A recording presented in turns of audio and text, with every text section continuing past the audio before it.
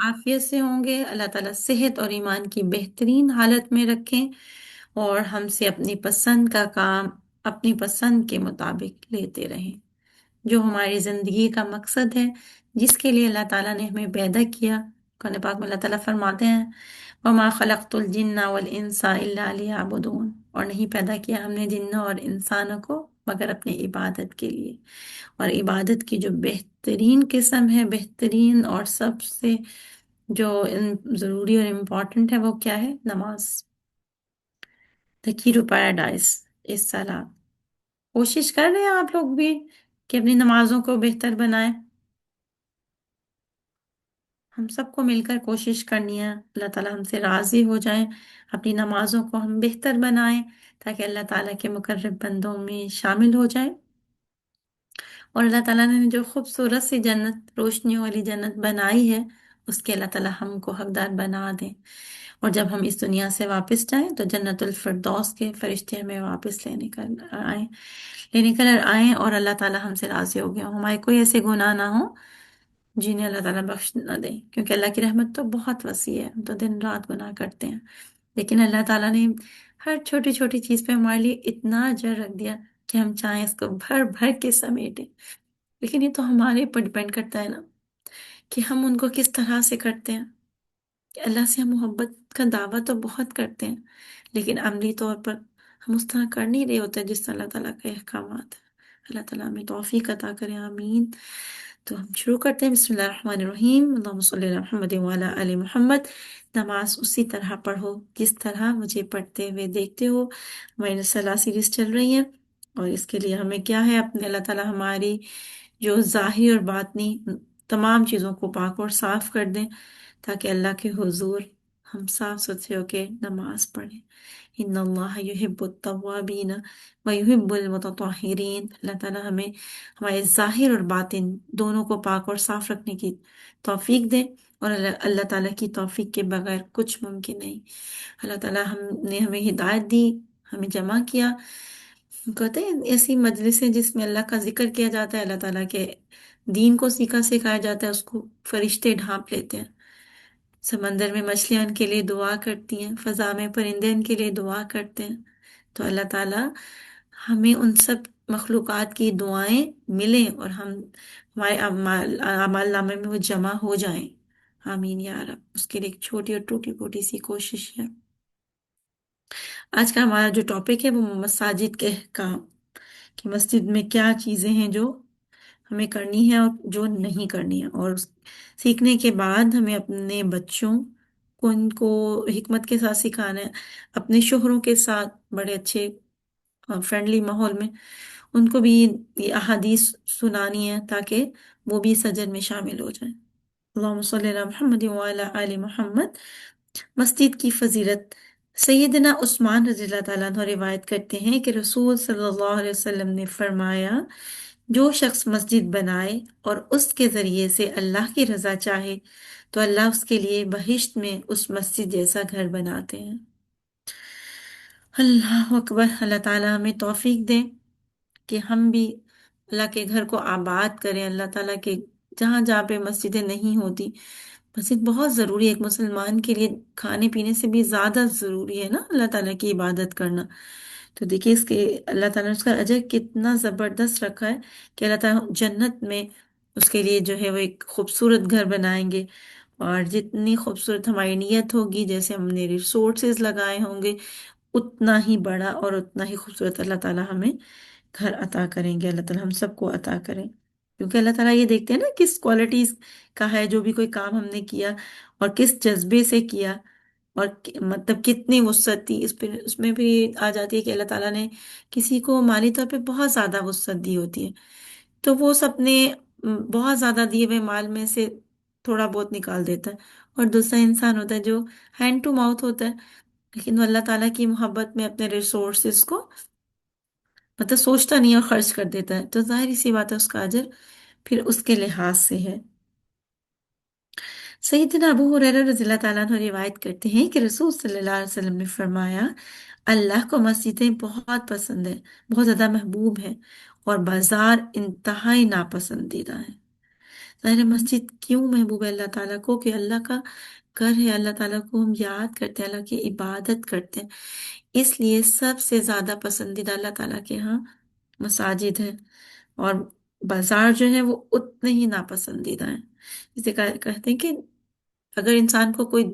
دینی یا دنیاوی ضرورت ہے تو وہ بازار جا سکتا ہے، لیکن بے مقصد وہ بازار نہ جائے۔ مطلب یہ ہے کہ مسجدیں دنیا کی تمام جگہوں سے اللہ تعالیٰ کو زیادہ محبوب اور پیاری ہیں، کیونکہ ان میں اللہ کی عبادت ہوتی ہے، اور بازار تمام جگہوں سے اللہ کے نزدیک نہایت ناپسندیدہ ہے، کیونکہ وہاں ہرس، طمع، جھوٹ، مکر مکر اور لین دین میں فریب وغیرہ مطلب وہاں بہت زیادہ ہوتا ہے نا۔ اور یہ کہ کسی بھی دینی یا دنیاوی ضرورت کے بغیر ہمیں بازار نہ جائیں، اور مسجدوں سے بہت زیادہ محبت کریں۔ اور اب تو ویسے بھی اتنا زیادہ فتنہ، اتنا فساد، اتنی چیزیں وہ ہو گئی ہیں کہ ہمیں اپنے آپ کو، اپنی نسلوں کو اس سے بچانے میں ہی بہتر ہے، ضرورت کے لیے جائیں، اپنا کام ختم کریں اور واپس آ جائیں۔ کیونکہ ظاہر ایک تو یہ کہ وہاں بہت زیادہ غیر محرم ہوتے ہیں، تو ان سے اختلاط ہونے کا مطلب ملنے جو تو ظاہر ہے آپ گزر رہے ہیں، ٹچ ہونے کا اندیشہ ہوتا ہے۔ پھر یہ ہوتا ہے کہ ظاہر غیر مرد پہ نظر پڑتی ہے، اور ایک دفعہ پڑتی ہے، دوسری دفعہ پڑتی ہے، تو انسان کا جو دل ہے نا، اس کے اندر وہ جو تقوی ہے اس کے اندر خلل آتا ہے۔ یہ چیز مطلب آبزرو آپ بھی کر کے دیکھیں کہ جب ہم ایسی جگہوں پر جاتے ہیں جہاں پہ مرد زیادہ ہوں، تو یہ کہ ظاہر ہے اسی لیے منع کیا گیا نا، کیونکہ وہاں پہ ظاہر ہے بے پردگی، اور جس طرح آج کل معاشرہ ہو گیا ہے کہ ہم اپنی چادر اور چار دیواری کا خیال ہی نہیں کرتے، تو اس میں یہی ہے کہ ایک وقت، ایک حدیث کا مفہوم ہے کہ ایک ایسا وقت آئے گا کہ جب انسان کو اپنا دین بچانا جو ہے وہ مشکل ہو جائے گا۔ تو پھر آپ صلی اللہ علیہ وسلم نے جو مطلب اس کا مفہوم یہ ہے کہ آپ صلی اللہ علیہ وسلم فرمائے کہ اپنی بھیڑ بکریوں کو لے کر تم جنگلوں کی طرف نکل جانا۔ تو ہمارے لیے تو ہمارے گھر ہی ہے نا محفوظ جگہ، کہ جہاں پہ ہم اس چار دیواری میں اپنے اس میں اللہ تعالیٰ کے احکامات کے مطابق زندگی گزار سکتے ہیں۔ سیدنا ابو ہریرہ رضی اللہ عنہ روایت کرتے ہیں کہ رسول صلی اللہ علیہ وسلم نے فرمایا، جو کوئی دن کے اول حصے میں یا دن کے آخری حصے میں مسجد کی طرف جائے، اللہ اس کے لیے بہشت میں مہمانی تیار کرتا ہے۔ تو یہ ہے نا کہ دن کے اول میں فجر کی نماز کے لیے، اور رات کو جو ہے وہ عشاء کی نماز کے لیے۔ اور ایک اور حدیث میں بھی آتا ہے نا کہ اگر اس کا مفہوم یہ ہے کہ اگر انسان کو پتہ چل جائے کہ مسجد میں مطلب عشاء کے وقت میں اور فجر کے وقت میں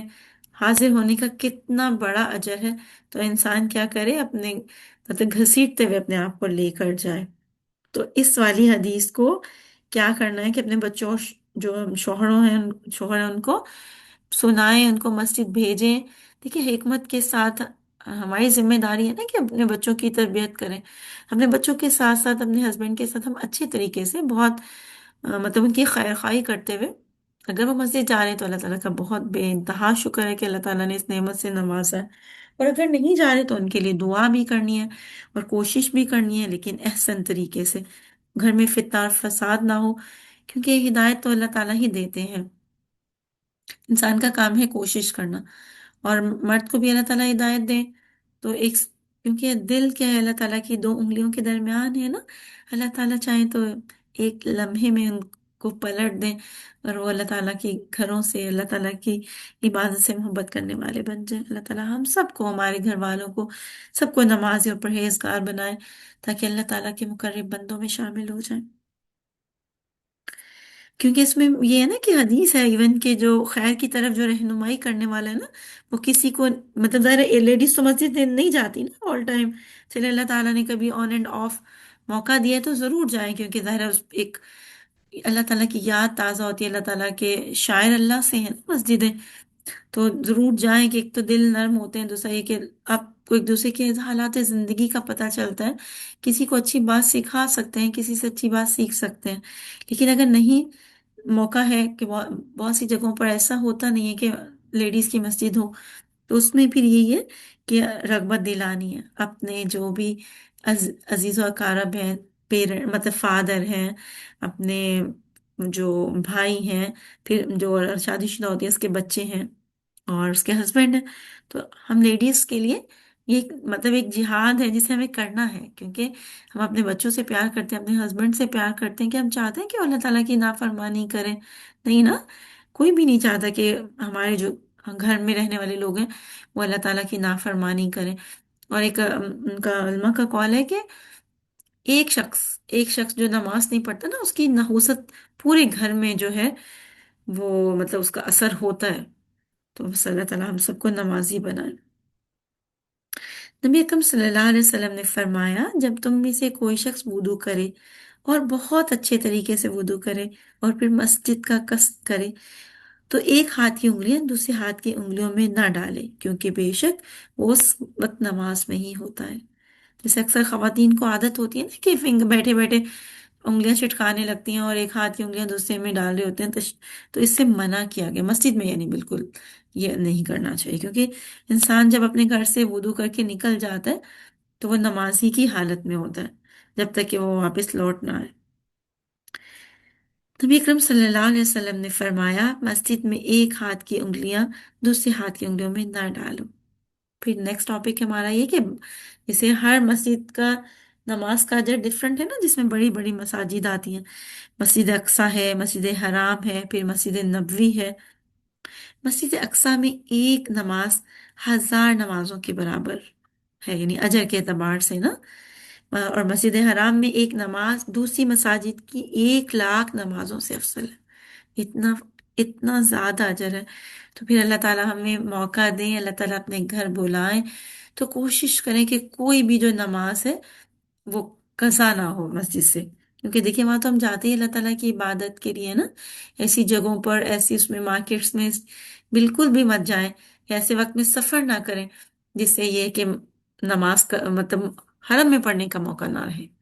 کیونکہ 1,00,000 یعنی اس کا اجر 1,00,000 کے برابر ہے نا۔ تو ہمیں کیا ہونا ہے، حریص ہونا ہے کہ اللہ تعالیٰ ہمارے اعمال نامے میں زیادہ سے زیادہ نیکیاں لکھ دیں۔ جب نیکیاں جمع ہوتی ہیں تو برائیاں کیا ہے، اریز ہونے لگیں گی نا۔ جب ہم کوئی بھی انسان نیک عمل کرتا ہے تو اس کی برائیاں فرشتے مٹا دیتے ہیں۔ تو اللہ تعالیٰ ہمارے نامہ اعمال جو کہ قیامت کے دن اللہ تعالیٰ ہماری بک آف ڈیٹس دیں گے، اللہ تعالیٰ ہمارے رائٹ ہینڈ میں دیں، ہمیں وہ اعمال کرنے کے قابل ہمیں توفیق دیں